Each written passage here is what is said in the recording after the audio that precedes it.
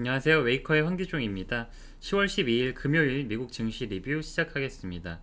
네, 미국 고용지표 개선, 메타 플랫폼즈 그리고 테슬라 관련 이슈 함께 살펴보실 텐데요.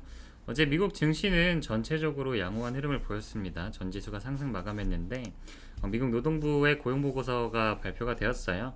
네, 시장 예상치보다 상회를 했다 보니까 경제 회복에 대한 낙관적인 기대가 있었고 최근 인플레이션에 관련된 이슈가 불거졌었잖아요. 지난주에 증시 급락을 보였던 그 미국의 소비자 물가 지표가 있었는데 미국 소비자 물가 지표가 그렇게 높게 나오면서 경기는 회복이 안 되고 고용이나 임금 여건도 개선이 안 되는데 뭔가 악순환의 고리가 시작되는 건 아닐까 하는 막연한 우려가 어느 정도 해소되는 지표였다고 볼 수 있겠습니다.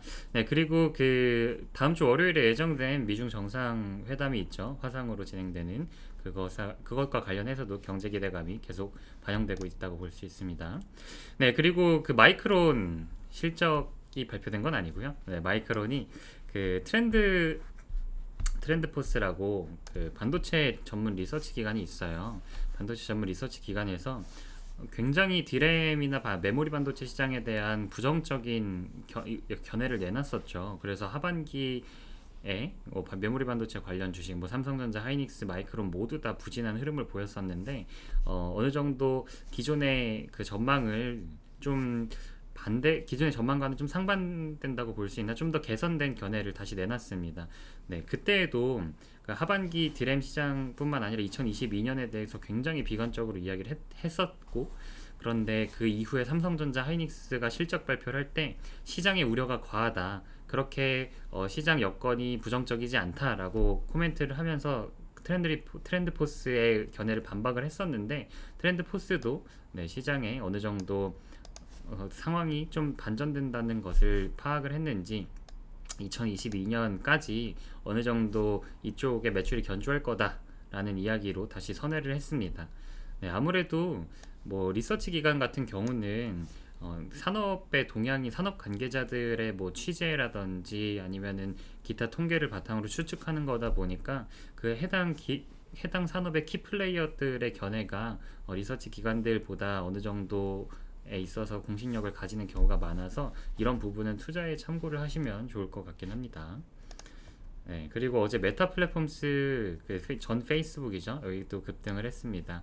네, 마이크로소프트가 메타 플랫폼스의 그 앞으로 구축될 메타버스에 자사의 어떤 팀스라는 그 협업 프로그램이 있어요. 그거를 이제 접목을 해서 앞으로 협업을 해나가겠다. 라는 이야기를 했어요. 근데 이 부분이 앞으로의 그 메타 플랫폼스의 가능성 그리고 메타버스 시장에서의 선두주자라는 시장의 인지를 어느 정도 확인해 주면서 급등을 했고요. 그리고 테슬라는 계속 일론 머스크의 주식 매도가 이슈가 되고 있습니다.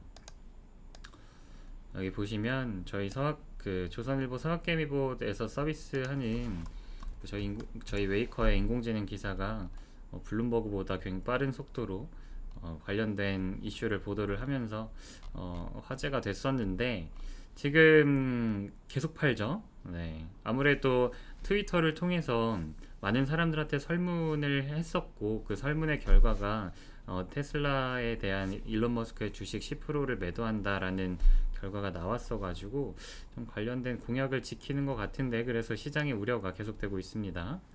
네, 그렇고 그리고 우리의 쿠팡, 미국에 상장한 우리의 쿠팡이 폭락을 했습니다. 폭락. 네. 이게 여기 보시면 어닝 쇼크가 났어요. 쿠팡 클래스 A가 실적 발표를 했는데 이 어닝 쇼크로 인해서 주가가 많이 빠졌고요. 이 어닝 쇼크가 발표가 되고 나서 시장에서 사람들이 잘 모르고 쿠팡 보시면 네. 뭐 매출 역대 최대, 뭐 영업 손실 뭐 이런 게 중요한 게 아닙니다. 매출이 역대 최대가 된 것보다 시장은 항상 시장 전망치라는 게 있어요. 투자를 하면 투자에 대해서 어떤 기대를 한 성과가 있잖아요. 그 성과를 하회를 하면 주가가 빠지는 거고 그 성과를 하회를 했을 때 주가가 빠지는 거는 어떠한 그 미래의 성과에 대한 추정이 주가에 선반영되고 있기 때문입니다. 기업이 현재 벌어들이는 이익이 아니라 기업의 앞으로의 성장을 가지고 주가와 시가총액이 형성되는 거다 보니까 이렇게 예상치를 하회하다 보면 급락을 합니다. 뉴스들 보실 때 함께 참고해서 보셔야 될 것 같고요. 네, 그리고 경제 지표는 이어서 발표를 하는데 크게 관심 가질 만한 지표는 지금 소매 판매 관련해서 좀 관심을 가져주셔야 되고, 아무래도 경제 회복에 대한 거는 뭐 인플레이션 같은 물가도 있지만 고용, 임금, 그리고 실제 판매와 관련해서도 구매, 그리고 아셔야 되기 때문에 미국은 GDP에서 소비 시장이 70% 정도 됩니다. 아셔야 되기 때문에 함께 보시면 좋을 것 같습니다. 네, 그리고 배당 일정은 보시는 것과 같고요. 다음 주에는 그 엔비디아, 그리고 월마트, 그리고 바이두, 징동닷컴 같은 굵직굵직한 기업들을 다룰 텐데, 이 기업들이 실적을 발표합니다. 거의 지금 3분기 실적 시즌이 마무리 단계에 있어요.